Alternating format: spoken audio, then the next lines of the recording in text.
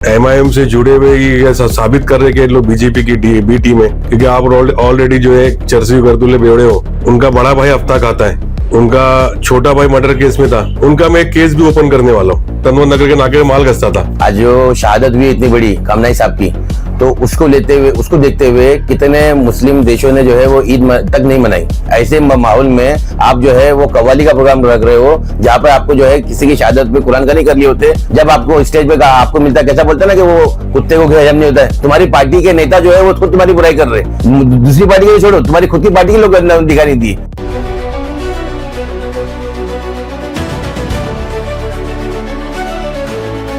28 मार्च को मुंब्रा के चांद नगर में आयोजित ईद मिलन समारोह में एनसीपी एसपी गुट के नेताओं पर निशाना साधते हुए उस समारोह के आयोजक यूनुस शेख द्वारा दिए गए विवादित बयान के बाद आज एनसीपी एसपी गुट के साजिद अंसारी ने अपने कार्यालय में एक पत्रकार परिषद का आयोजन किया। इस पत्रकार परिषद में साजिद अंसारी के अलावा जावेद शेख, महाशर शेख व नादिम बुबेरे भी मौजूद थे। एनसीपी एसपी गुट के इन चारों युवा नेताओं ने मुंब्रा के एक शख्स को नसीहत देते हुए कई अहम बातें कही। उन्होंने क्या कहा, आप खुद सुनिए।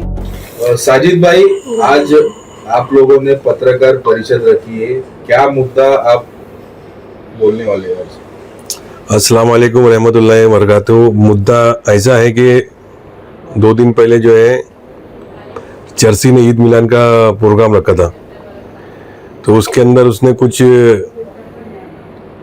अब सब बोला है हमारे वरिष्ठ नेता लोग को।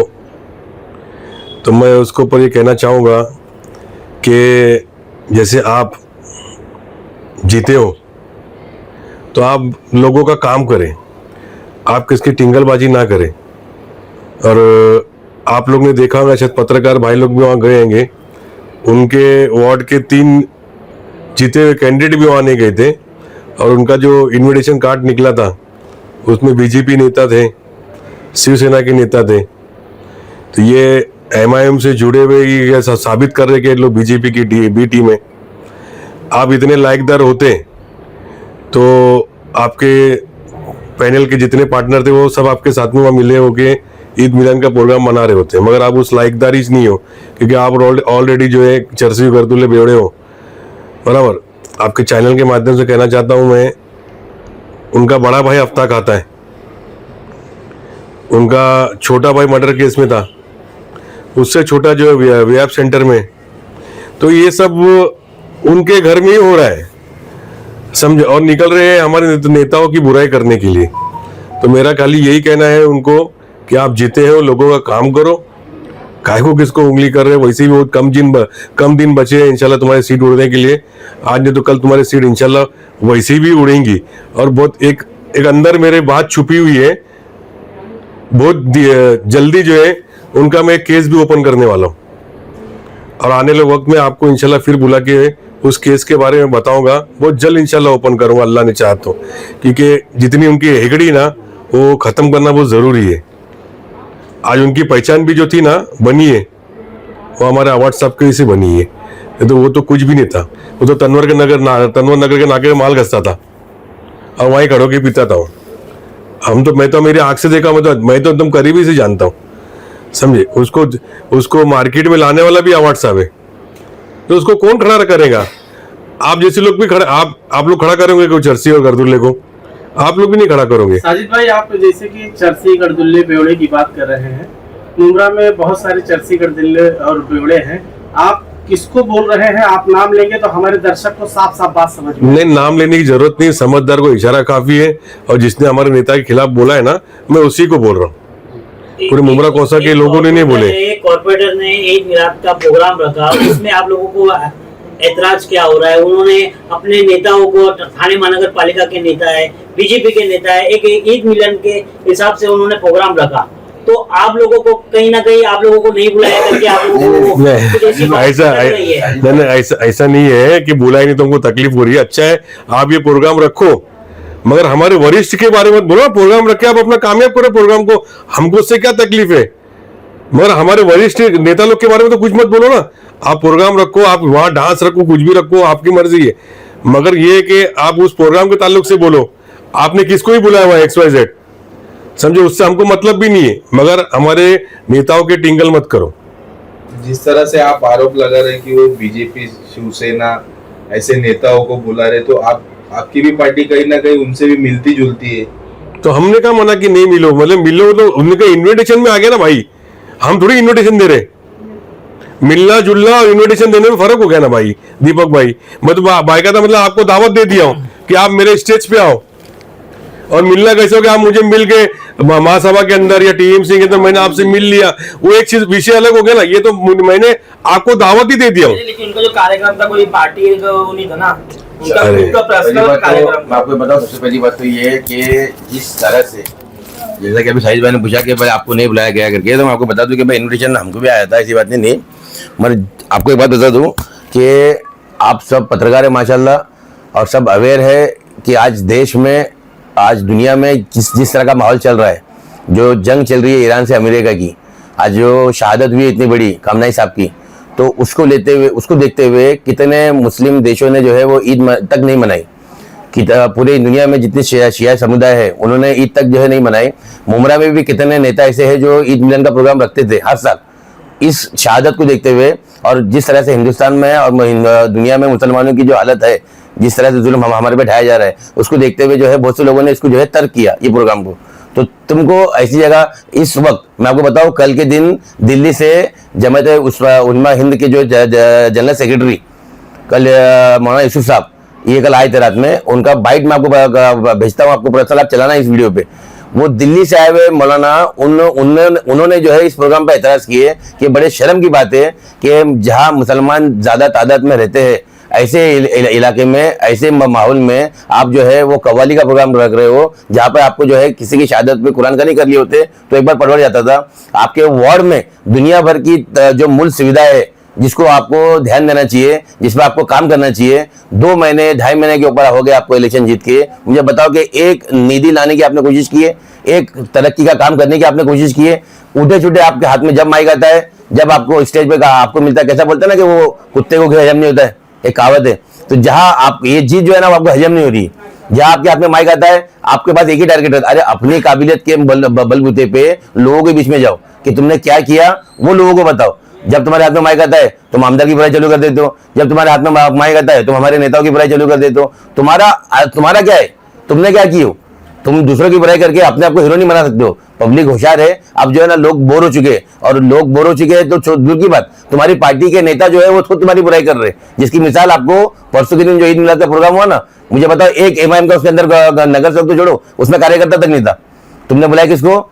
शिवसेना के लीडरों को। तुमने बुलाया किसको? बीजेपी के लीडरों को।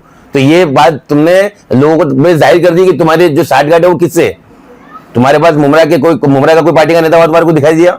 दूसरी पार्टी के छोड़ो, तुम्हारी खुद की पार्टी के लोग दिखाई नहीं दिए।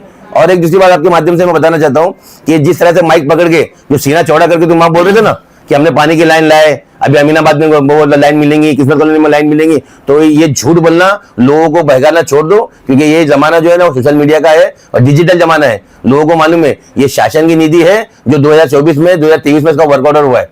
तुम्हारे को अभी तक तुम्हारी नगर सेवक निधि नहीं मिली। तुम जो नगर सेवक बने हो ना, तो वो नगर सेवक निधि तुम्हारे को नहीं मिले अभी तक, 10 रुपए का तुम्हारे को फंड नहीं मिला है। ये इतना बड़ा काम जो है तुम्हारे बस की बात नहीं है करना, ये तुम्हारे फंड के बाहर का काम है। ये काम शासन का है जो पहले मंजूर हुआ था, वो काम अभी जो है वो एग्जीक्यूट हुआ है। तो ये दूसरे का काम की जो है क्रेडिट लेना बंद करो। झूठ जो है ना वो ज्यादा दिन तक टिकता नहीं है। तो मेरी आपसे रिक्वेस्ट है बराए मेहरबानी कि लोगों के ऊपर कीचड़ उछालने से अच्छा अपने दामन पे देखो कि तुमने क्या किए हो। आज तुम जो सीना चौड़ा करके जो स्टेज पे बड़ी बड़ी बातें करते हो ना, तो पिछले 20 साल में 25 साल में वो आमदा है डॉक्टर जितेंद्र अवार्ड, जिसके बारे में तुम बुराई करते हो, तो उसी के बलबूते में तुम जो है, जैसे अभी साजिद भाई ने बोला ना कि ये आज वो अवार्ड साहब की वो करने वाली जात अल्लाह की है। इज्जत और जिल्लत का देने वाला जो है अल्लाह ताला खुद कुरान शरीफ में फरमाता है कि इज्जत और जिल्लत का देने वाला मैं हूँ। तो आज अल्लाह की तरफ से आज अवार्ड साहब जो है ना वो जरिया है मुमरा में कितने लोगों के लिए इज्जत बनाने का, उनमें से तुम भी एक हो। आज तुम बोलते हो कि मैं भी उस पार्टी का हिस्सा था, आज अलग हो गया उनके कामों को देखते हुए। तुम उनके कामों को देखते हुए अलग नहीं हुए, तुम्हारे को टिकट नहीं मिला, ये वजह से तुमने जो है अवार्ड साहब से गद्दारी की है और जाके दूसरी पार्टी का तुमने दामन थामे। वरना तुम भी उसी पार्टी में पिछले 25 सालों से रह के आज के तनवर नगर का जो तुमने इस रोड का जो ब्यूटिफिकेशन का काम किए हो, कितनी सोसाइटियों को तुमने काम किए हो, ये फंड तुमको किसने दिया? डॉक्टर जितेंद्र अवार्ड नहीं दिया अपना खुद का पर्सनल फंड कि तुम उस वक्त नगर सेवक थे, उस वक्त तुम्हारी बेटी नगर सेवक थी, कोई नगर सेवक नहीं तुम्हारे पास, और ना ही तुम्हारी 10 रुपए की लायकी थी कि तुम म्युनिसिपल कॉर्पोरेशन से या शासन से तुम फंड लेके आते। ये अवार्ड सबकी मेहरबानी थी जो तुम्हारे को फंड लाके दिए और तुम्हारे को जो है वार्ड में स्टैंड करके दिए, स्टैंड किए, लोगों का काम किए, तब जाके लोगों ने तुमको पहचाना। तो ये मेहरबानी थी डॉक्टर जितेंद्र अवार्ड साहब की। और दूसरे जो हमारे नेताओं की तुम बुराई करते हो, किसी को तुम देशद्रोही बोल रहे हो, किसी को तुम बोलते हो केस हो गया, तो एक बात याद रखना कि पिछले अगले 25 सालों तक भी अगर तुम्हारे घर में नगर सेवक रहेंगे ना, तो तुम उन हमारे जो नेता है ना उनकी बराबर नहीं कर सकते हो, कि अल्लाह ने जो इज्जत उनको दी है। आज देखो तुम आज टीएमसी में एक हमारा जो नेता है इतनी बड़ी पोस्ट पे जाके बैठा है अल्हम्दुलिल्लाह अपोजिशन लीडर की, तो ये छोटी बड़ी पोस्ट नहीं है, ये नेक्स्ट टू मेयर का जो पोस्ट होता है। तो आज अल्लाह ने उसको जो इज्जत दी है वो आज वो वहां जाके बैठा है। आज हमारे जो मुमरा कलवा के जो अध्यक्ष है हमारे बड़े भाई शमीम खान साहब, तो आपको बता दूं कि ये शानू भाई हो या शमीम भाई हो, मुमरा में आपको कई 100 लोग ऐसे मिलेंगे जिनके पास हजारों करोड़ों रुपए है, मगर लोगों को बांटने का, लोगों के लिए खड़े रहने का और लोगों के लिए जो बोलते ना कि चैरिटी करने का जो जज्बा अल्लाह ने इनको दिया है, मेरे ख्याल से शायद मुमरा में किसी को दिया होगा। तो किसी के खिलाफ उंगली उठाने से पहले ये सोच लो कि तुम्हारे अंदर कितनी बुराई है, वो जिस दिन तुम्हारे को समझ में आ जाएगा तो तुम इनके ऊपर किचड़ नहीं उछाले होंगे। ये बात चालू थी एक टिकट के ऊपर से चालू हुई थी, जैसा जो अभी बात कर रहे थे इसके बारे में। उसके बाद में इलेक्शन हुआ, पब्लिक की संपत्ति मिली तो आपको, तुमको जीता के लाए। उसके बाद में बार बार वही टॉपिक में पब्लिक भी वो नहीं करती है ना, पब्लिक भी कहता बार बार तुम बोलेंगे एमएलए साहब, विरोधी पक्ष नेता, अध्यक्ष, अभी कितना आदमी बर्दाश्त करेगा? बार बार वही चार, क्या वो डायलेक्ट था, चार तुम्हारे चार हमारे, हाँ चार तुम्हारा चार ना, दूसरा ही कुछ डायलेक्ट था वो चार का, चार तेरे चार मेरे, हाँ कब आदमी करेंगे ये सब डायलेक्ट अभी हो गया। बार बार एक ही बात की, एक ही टॉपिक पे बात, पब्लिक को भी नहीं मजा आ रही। अपनी इज्जत भी है तो तुम अपनी इज्जत संभाल के रखो, बार बार यही बात मत करो। पब्लिक एक बार बोलती, एक बार हो गया, इस पूरे इंडिया में मतलब ज़्यादा से ज़्यादा इधर उसका वो ये हो गया था, मतलब अच्छे से सब लोग ने वो किए, लेकिन उसके बाद में अभी वही बात में मज़ा नहीं आ रही है। इससे अच्छा है किसी को बोलने का, जैसा कुछ कल भी परसों के दिन कुछ बात की हमारे विरोधी पक्ष नेता के लिए बारे में बात की है, शमीम भाई के बारे में बात की, अध्यक्ष साहब का, एमएलए साहब के बारे में बात करें। उससे अच्छा है ना आप खामोश रहो, उसमें आपकी इज्जत है। बस इतना बोलना चाहता हूँ मैं। माशा भाई बात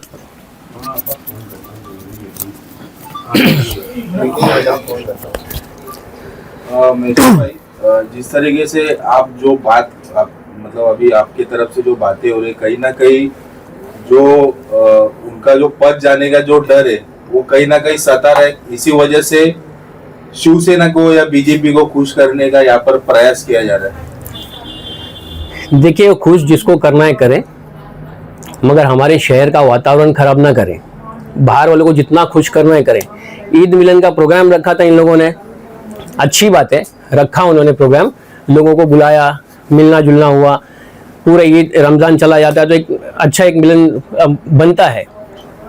मगर वहाँ पे उन्होंने ये कहा कि मैं 22 साल का दोस्त हूँ, मेरे साथ गद्दारी किया। तो आपने क्या किया? आपने भी तो आप गद्दारी की है ना। आपको टिकट नहीं मिली तो आप दूसरी जगह चले गए और ये कह रहे थे कि मुझे टिकट नहीं मिली। एक तरफ ये कहते हो कि टिकट नहीं मिली इसलिए चला गया, दूसरी तरफ उन्होंने ये भी कहा कि इनके काम ही ऐसी है इसलिए मैं चला गया, इन लोगों का काम नहीं करते। अब देखो उनका क्लिप, उन्होंने कहा कि इन लोगों का यही काम है इसलिए काम नहीं करते इसलिए मैं चला गया। ठीक है, दो चीज उनकी ये बात में आती है। अब आप ये वहां से कह रहे हैं वरिष्ठ नेताओं को, जिनके बलबूते पे आप खड़े रहे, जिनके बलबूते पे आपने पूरे शहर में अपने 30 नंबर वार्ड में काम किया, आज जो हर 2 दिन के बाद जो लाइव आ रहा है ना, चरसी गर्दुल्ला है, वो पूरी तरीके से चरसी गर्दुल्ला है। मैं इससे पहले मैंने कभी ये सब चीजें बात नहीं की, मगर अब सर से ऊंचा जा रहा है, पानी जो ऊंचा हो गया। हर तरीके जब भी आ रहा है तो शानू को गाली, कभी शमीम खान को गाली, कभी अवार्ड साहब को गाली। क्या है ये? अबे हम लोग देना नहीं चाह रहे, समझे? हम लोग नहीं देना चाह रहे गाली गलौज, लेकिन अब अगर हुआ ना तो एक्शन का रिएक्शन जरूर मिलेगा और इंशाल्लाह सबसे पहले मैं ही दूंगा, याद रखना। समझ में आया कि नहीं बात? और दूसरी चीज ये है कि पहले तो गाली देता है, ये बेवकूफ बना रहा है उन वोटर्स को जिन्होंने इसको वोट दिए, काम पहले बोलता है कि काम करना है, काम करना है, दूसरे टाइम पे जाके बोलता है शानू को गाली दे रहा है, शमीम भाई को गाली दे रहा है, और बाद में इसमें जाके अपने रमजान के इफ्तार पार्टी में गले मिल रहा है। और मुझे सुनने में आया कि शानू पठान से उसने निधि मांगा है कि भाई मेरा वहां पे कुछ हो नहीं पा रहा है तो मुझे कुछ निधि मिल जाए तो मैं काम करूं। ये भी बात आई है सामने। तो बस यही कहना चाहता हूं कि आपके इसमें एक अच्छा कैंडिडेट था जिसने बहुत ज्यादा मेहनत किया और वो वार्ड को जिता के लेके गया। इनका जो भरम है ना कि हमने जिताया, तो ये इन्होंने नहीं जिताया, ये जिताया है वो चौथे कैंडिडेट ने, जिसका नाम है शोएब डोंगरे। मैं नाम लेके बोलूंगा, शोएब डोंगरे एक ऐसा उनमें कैंडिडेट था जो मजबूत था, जिसने बहुत मेहनत की और उसने जो कि वो वार्ड को है ना 30 नंबर वार्ड को लेके चला गया, अच्छे इस पे लेके गया, वो अच्छे मार्जिन से जीता है। तो शोएब डोंगरे था, उसको शोएब डोंगरे का शुक्र मानना चाहिए। और जो अगर जीत गया है, अल्लाह ने उसको जिता दिया वोटर्स के जरिए, तो शहर में अपने वार्ड में काम करे, चुपचाप काम करे, ये फालतू काम ना करे, लोगों की बुराई ना करे, शहर का वातावरण ना खराब करे। आप एक ऐसे बंदे को जो हर किसी के काम आता है, उसको आप कह रहे हो कि वो टेररिस्ट है? टेररिस्ट है वो? आपकी जुबान से अच्छा लगता है? आपकी इस बैकग्राउंड से हमको सब पता है। मैं वही वापस से कहना चाहता हूं कि हम लोग नहीं ये करना चाह रहे हैं, लेकिन ज्यादा हो जाएगा तो जरूर से जरूर हर इसका जवाब आपको दिया जाएगा अब इंशाल्लाह। साजिद भाई, आप लोग रोकने क्यों नहीं गए? रोकने भी तो जा सकते हैं ना। वो ग्राउंड नजीमुल्लाह ने दिया है, जिस तरीके से जितेंद्र रावत ने, आमदार जितेंद्र रावत ने जो ग्राउंड दिया था, वहाँ पर मेला लग रहा था, तो मेले को लेकर काफी विवाद हो रहा था। तो ये क्यों नहीं रोकने गए आप लोगों ने इस पर विवाद क्यों नहीं किया? ये एक्चुअली कैसा है ना, जो फुकट था ना फुकट, तो ये सब काम करते हैं, समझे दीपक भाई? जो फुकट था ना फुकट, ये सब उन्हीं का काम है। बल्कि वो ग्राउंड घड़ी वाले ने लेके आया था, तो घड़ी के कार्यकर्ता को जाना चाहिए था, जैसे मेले में जा रहे थे। एक्चुअली तकलीफ उस वक्त मेरे नाम से थी कि मेरे नाम से एनओसी थी, वो तकलीफ थी, समझे? बाकी अवार्ड सबसे तकलीफ नहीं थी। तो ये जो घड़ी के कार्यकर्ता थे और शिवसेना के कार्यकर्ता जो निकले थे, अरे खुद तो आ रहे थे, उनके खासदार का बैनर लगा हुआ, तो दोस्ती में जो बैनर लगा है, उधर खासदार साहब का फोटो लगा हुआ है, तो शिवसेना की स्टाइल दिखाना चाहिए ना लोग को। शिवसेना की स्टाइल कहाँ चले गई अभी? लोग की डूब गई क्या डर गए? तो कैसा है दीपक भाई, इतना टाइम हमारे पास है ही नहीं कि हम किसको उंगली करें, ना कभी करने की सोचे। हमको जो करना रहेगा फेस टू फेस उनके मुंह पे करेंगे इंशाल्लाह, मगर उंगली नहीं करेंगे। इसको निकनेम रखने का बहुत शौक है, बहुत शौक है, हर एक किसी का निकनेम रख रहा है। तो आज मैं भी इसका नाम रखता हूँ वाईसी, चरसी। ऐसा आप लोग को बुलाने का हम लोग का आखिरी बात बोल के हम लोग ये खत्म करेंगे कि अल्लाह ने अगर मौका दिया है, नगर सेवक आदमी बनता है अपने वार्ड के उन वोटरों की खिदमत करना, अपने वार्ड का काम करना, जिस वार्ड से आप लोगों ने जिता के दिया है, ना कि आप जब जो है स्टेज पे आए तो लोगों की बुराई करे, लोगों की बदनामी करे। तो अल्लाह ने अगर मौका दिया है तो लोगों का भला करो, क्योंकि जैसे कि साहिद मैंने आपको बताया ना, क्योंकि बहुत कम वक्त है आपके पास इस पोस्ट पे रह के काम करने का। पता नहीं कब आपके पैर के नीचे से जमीन खिसक जाए और आप जो है गिर जाए। तो उससे पहले जो है जितना भी टाइम आपके पास है, तो अल्लाह के वास्ते आपसे रिक्वेस्ट है कि लोगों का काम कीजिए। उसने खुद बोली भी है ना कि जब तक मैं हूँ तो मैं काम करूँ, जब तक मेरे उसको मालूम है उसकी सीट इंशाल्लाह उड़ने वाली है। तो जब तक लोगों का काम कर लो। कौन उड़ाने वाला है? जो भी मैं डाला हूँ बढ़िया आपको, मैं खुद पिटीशन डाला हूँ। किस बेस पे आपने पिटीशन डाला? ओबीसी के ऊपर। आपको लगता है ओबीसी उनकी जाली है?